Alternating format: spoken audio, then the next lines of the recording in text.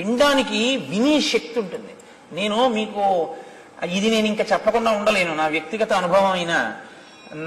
నా ఇంటికి ఒకనకొకప్పుడు కాకినాడలో ఒక దంపతులు వచ్చారు. వాళ్ళు అమెరికాలో ఉంటున్నారు. ఆవిడ పెళ్లి ముందు నుంచి ఏదో నేను చెప్పిన మాటలు ఆవిడకి ఏదో పాపం మంచివి అనిపించాయి. ఆవిడ వింటూ ఉంటుంది సీడీలు ఎప్పుడూను. ఆవిడ కాకతాళీయంగా ఆవిడ భర్త గారికి కూడా అంతే ప్రీతి నా సీడీలు ఎందు. కాబట్టి ఇద్దరికీ అదే పని, అస్తమానం వింటూ ఉండేవారట అమెరికాలో. వాళ్ళిద్దరికీ వాళ్ళ అనురాగ ఫలితంగా ఒక శిశువు ప్రాణం పోసుకుంటోంది ఆవిడ కడుపులో. ఆవిడ ఇవే వింటుండేవారు, అదే పనిగా వినేవారు. ఆ పుట్టినటువంటి పాప మిరిసిపోతోంది సీతమ్మ తల్లిలా. అది పాకేటటువంటి వయసు వచ్చింది. ఆ పాకేటటువంటి పిల్లని తీసుకుని వాళ్ళు ఒకసారి నన్ను చూడడానికి వచ్చారు, మీరున్నారులా ఉంది.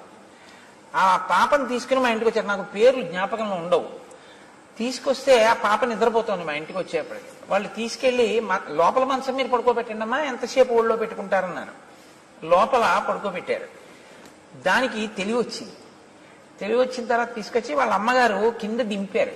దింపితే నేను అంత దూరంలో కుర్చీలో కూర్చుని మాట్లాడుతున్నాను, వాళ్ళు కూర్చుని మాట్లాడుతున్నారు.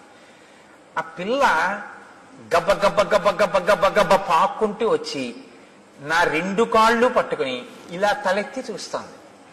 నేను దాన్ని ఎత్తుకుని తొడ మీద కూర్చోబెట్టుకున్నాను.